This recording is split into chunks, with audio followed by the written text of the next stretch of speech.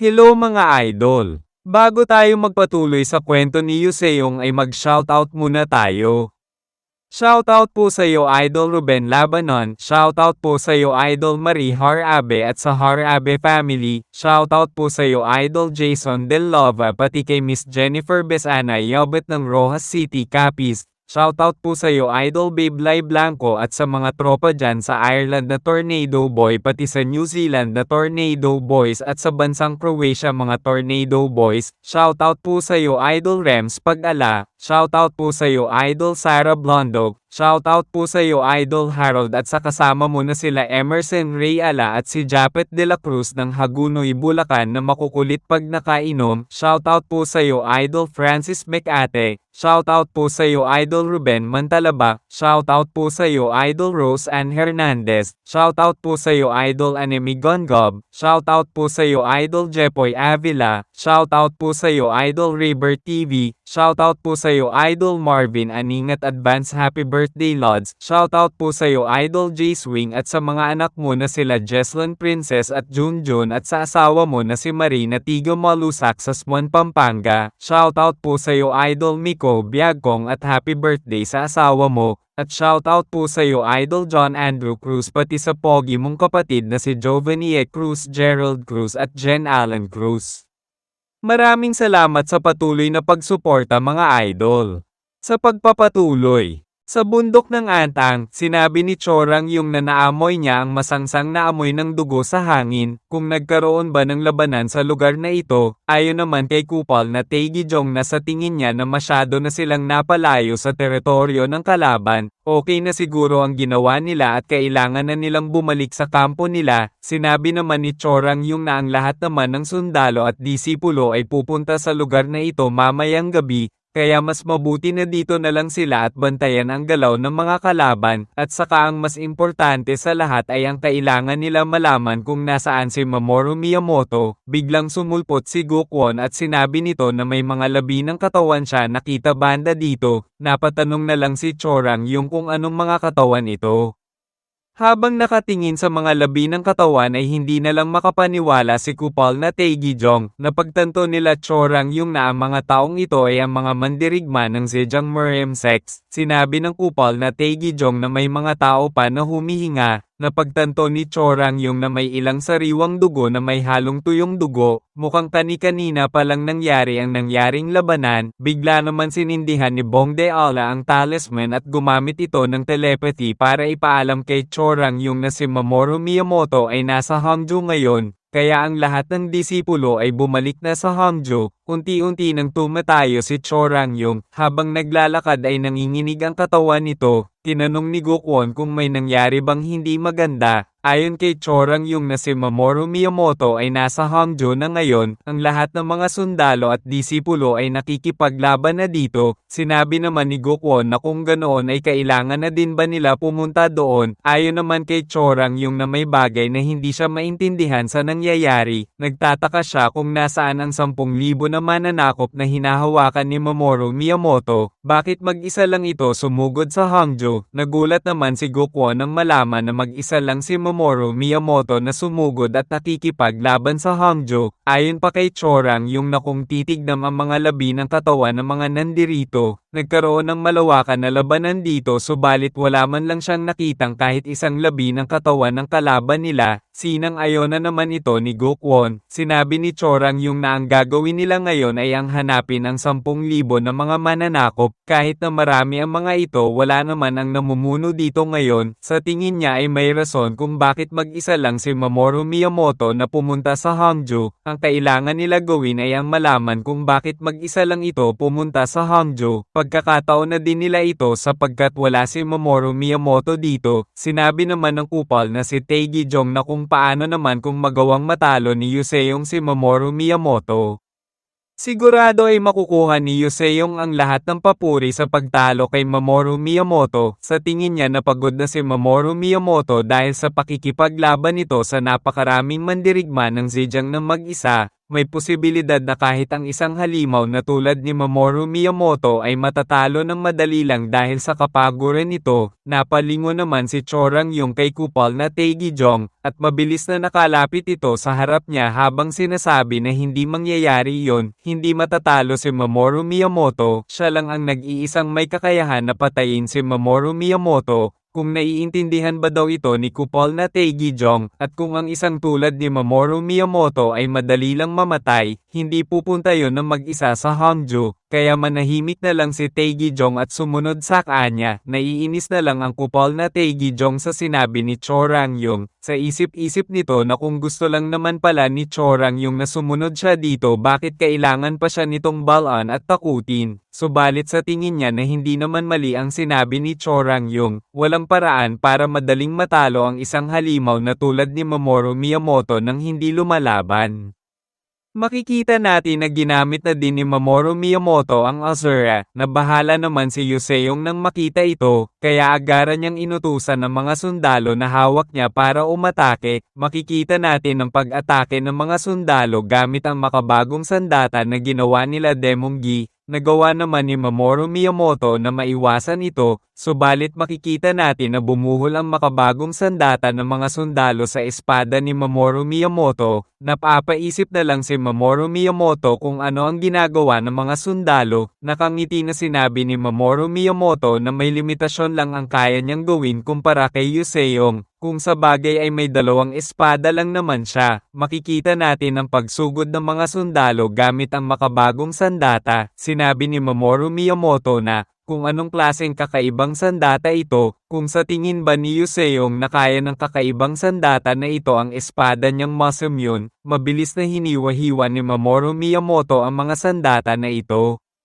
Natutuwa na sinabi ni Mamoru Miyamoto na mas magandang pagpraktisan ng mga kakaibang sandata na ito kaysa sa bambo na pinapagpraktisan niya, subalit biglang nakaramdam si Mamoru Miyamoto ng kakaiba sa buong katawan niya, hindi na lang siya makapaniwala sa nangyayari dahil sa maliliit na sugat na nakuha niya sa kakaibang sandata na ito. Napagtanto niya na may lason pala ang sandata na iyon at nalasan na din siya ngayon. Sa isip-isip ni Yuseong na nadaplisan lang ng mga sundalo si Mamoru Miyamoto sa mga atake ng mga ito, subalit gumagana ang plano nila, ang Sand Atom Fork Spear, ang makabagong sandata na nilikha nila na ang kada talon nito ay may lason. Ang lason na nandirito ay ang lason na nanggaling sa Arachna. Ang maliit na hiwa ay sapat na para makapatay. Mabilis na sumugod si Mamoru Miyamoto palapit sa mga sundalo, hindi na lang makapaniwala si Yuseong sa ginagawa ni Mamoru Miyamoto. Isa-isang pinapatay ni Mamoru Miyamoto ang mga sundalo. Kada hampas ng espada nito ay ang ibang sundalo ay napuputulan ng kamay. Kahit nakakaramdam pa ng sakit ng katawan ay agaran na sumusugod si Yuseong sapagkat kailangan niya mapigilan si Mamoru Miyamoto bago pa tuluyan na masira ang formation nila. Napansin naman ni Mamoru Miyamoto si Yuseong, na bahala na lang si Yuseong dito. Mabilis na umatake si Mamoru Miyamoto kay Yuseong, na kinasira ng mga sandata ni Yuseong. Hindi na lang makapaniwala si Yuseong sa lakas ni Mamoru Miyamoto. Agara naman sumugod si Soso, pati na rin si Jium Namgong. Malakas na binato ni Soso ang sandata niya, na nagawa naman maarang ni Mamoru Miyamoto. Naghanda na din si Jium Namgong na umatake, na napigilan naman ni Mamoru Miyamoto ng walang kahirap-hirap. Subalit biglang sumulpot si Soso sa likod ni Mamoru Miyamoto, at ginamit nito ang Phoenix Kick, subalit tinaas ni Mamoru Miyamoto ang espada niya kasama ang espada ni Jium Namgong kung saan doon tatama ang paa ni Soso. Nabahala naman si Soso at Jium Namgong dito.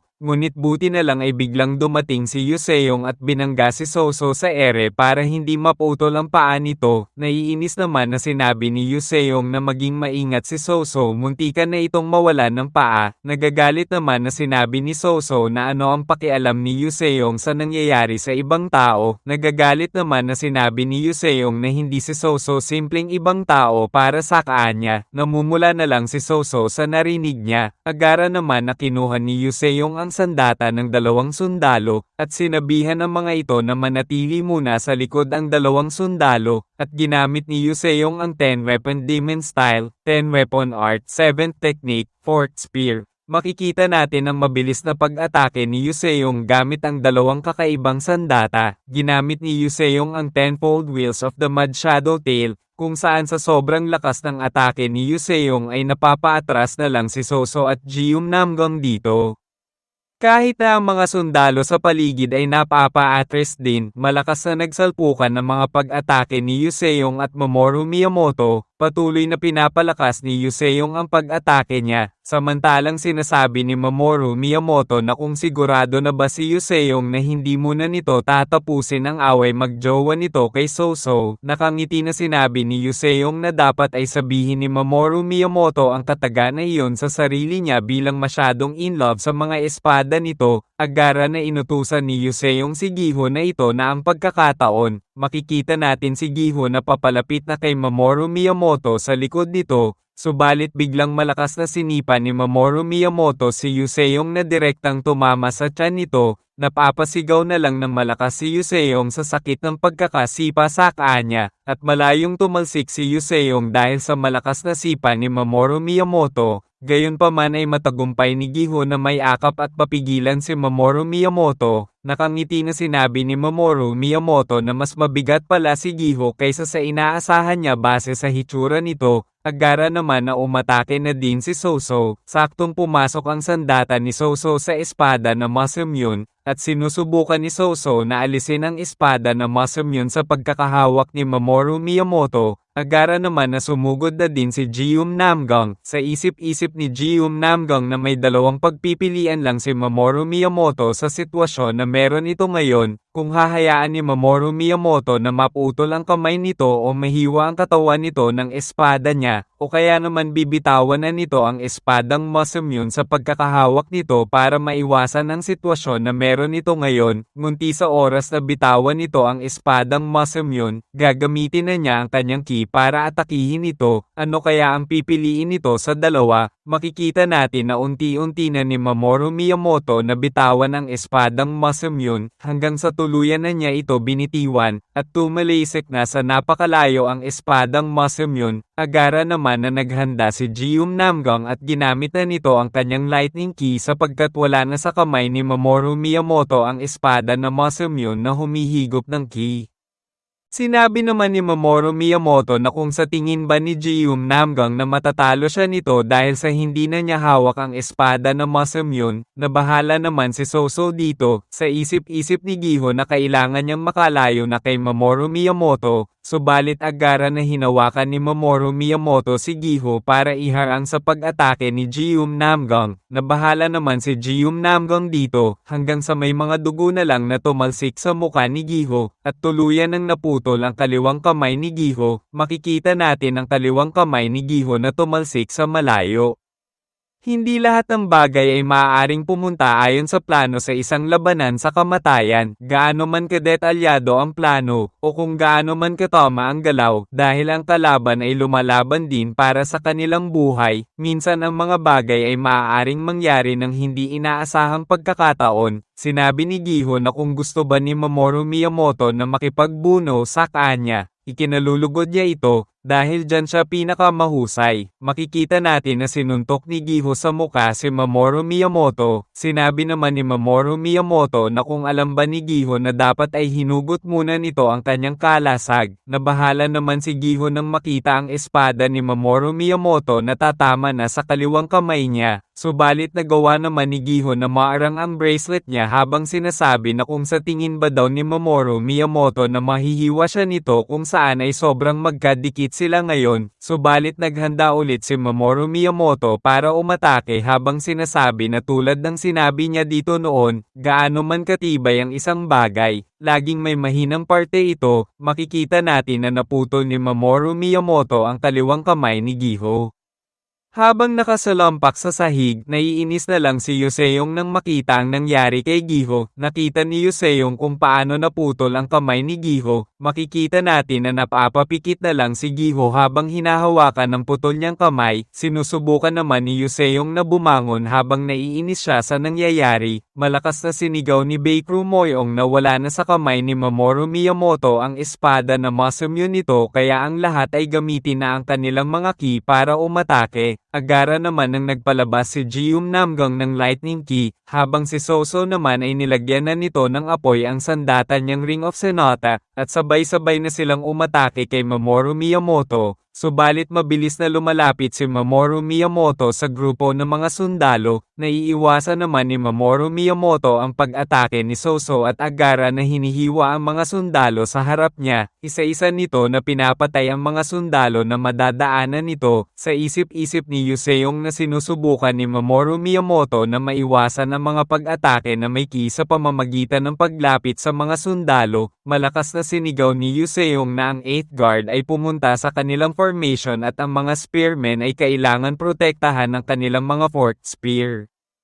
Ang mga tridents naman ay kailangan ng mga ito na panatilihin na hindi makalapit ang kalaban, mabilis naman na sinunod ito ng mga sundalo. Makikita natin na naiiwasan ni Mamoru Miyamoto ang spear na tatama sana sa kanya, subalit may trident naman na sumulpot malapit na sa mukha nito. Gayunpaman ay napigilan niya ito sa pamamagitan ng espada niya, at malakas na sinipa ang isang sundalo, at mabilis na tumalon sa taas ng lahat ng nagkukumpulan ng mga sundalo, sabay lunsad ng isang malakas na atake na kinaputol ng mga sandata ng mga sundalo.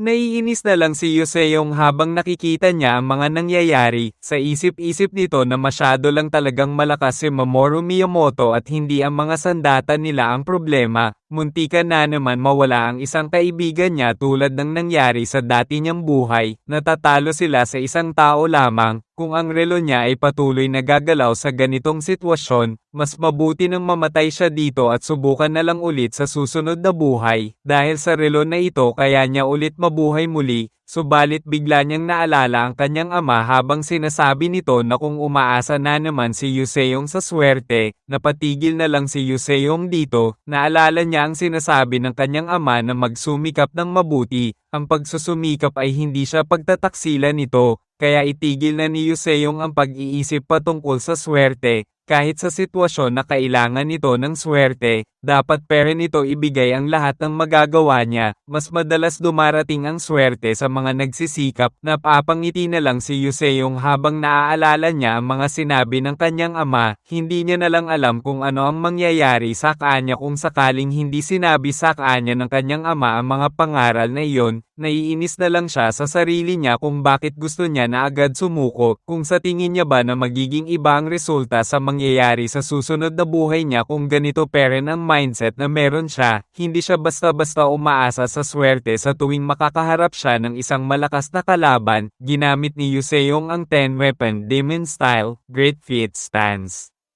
Gagawin niya ang lahat ng magagawa niya. Sinakripisyo ni Giho ang sarili nito para lamang mapaalis sa kamay ni Mamoru Miyamoto ang espada nito. Ang lahat ng nandirito ay binibigay nila ang lahat ng meron sila para lumaban, tulad ng mga salita na sinabi niya sa kanyang mga hukbo, ang pananagutang dala ng mga salitang iyon, ang kapalaran ng Zhejiang, ang lahat ay umabot sa sandaling ito. Ginamit ni Yuseong ang 4-weapon art technique, Great Feats of the Absolute Emperor and Art of Frost, 4 Snake Strike 1 point, kung saan nagmistulang mga ahas ang pag-atake ni Yuseong at napapalibutan ito ng apoy at yelo, na sumusugod papunta kay Mamoru Miyamoto. Nagawa naman ni Mamoru Miyamoto na maarang ang pag-atake subalit tumigil ang espada niya at hindi niya tuluyan nawasak ang sandata ni Yuseong. Makikita natin na nagtatagisan ng lakas ang dalawa, nanginginig na lang si Yuseong sa galit, samantalang ramdam ni Mamoru Miyamoto ang malakas na pag-atake ni Yuseong. Sinabi ni Mamoru Miyamoto na kahanga-hanga si Yuseong, nagliliyab ang mga mata nito. Kahit na dapat ay nahihirapan na ito tumayo, ang mga mata nito ay nagsasabi sa kanya ng pagnanais nito na patayin ang sinuma na kalaban na nakatayo sa harap nito, at higit pa doon, naiinis naman na sinabi ni Yuseong na may oras pa si Mamoru Miyamoto na tumingin sa mga mata niya sa sitwasyon na meron ito. Napakamahinahon naman ito para sa isang lalaking malapit ng mamatay. Sinabi naman ni Mamoru Miyamoto na ang mga tao sa bansa nila ay tinitignan ang mga mata ng kalaban habang nakikipaglaban sa isa't isa. Kaya sabihin nito sa kanya kung ano ang ibig sabihin ng mga mata ni Yuseong. Depende sa sasabihin nito, maaari niyang ikonsidera na hahayaan niya si Yuseong na patayin siya. Nagagalit naman na sinabi ni Yuseong na kung ano ang mga pinagsasabi ni Mamoru Miyamoto. Kung ito ba ang paraan nito para humingi ng kapatawaran sa mga buhay na kinitil nito, ayon naman kay Mamoru Miyamoto na interesado lang siya sa mga mata ni Yuseong, napakabihirang makakita ng taong may ganitong mga kasanayan sa edad na meron si Yuseong, ngunit mas bihirang makakita ng may mga mata na tulad na meron ito, ang akala niya na sa hitsura lang ni Yuseong ito, ngunit kahit ang puso na meron si Yuseong ay tulad na din sa isang Asura. Ang iyong mga mata ay nagsasabi sa kanya ng pagnanais nito na baligtarin ang mundo. Ito ay nagpapaalala lang sa kanya ng isang kaibigan na may kaparehas na mata na meron si Yuseong. Hindi man ito ang pinakamalakas sa anumang paraan, ngunit may ambisyon ang taong ito na iligtas ang mundo mula sa mga demonyo, at nagawa nito na patayin ang bawat demonyo sa silangang isla kasama siya. Kalaunan ay nakilala ito bilang bayaning nagligtas sa silangang mga isla, ngunit sa sandaling nakamit na nila ang kapayapaan, nagsuot ito ng maskara upang itago ang maluwalhating peklat na natanggap niya sa kanyang mga laban.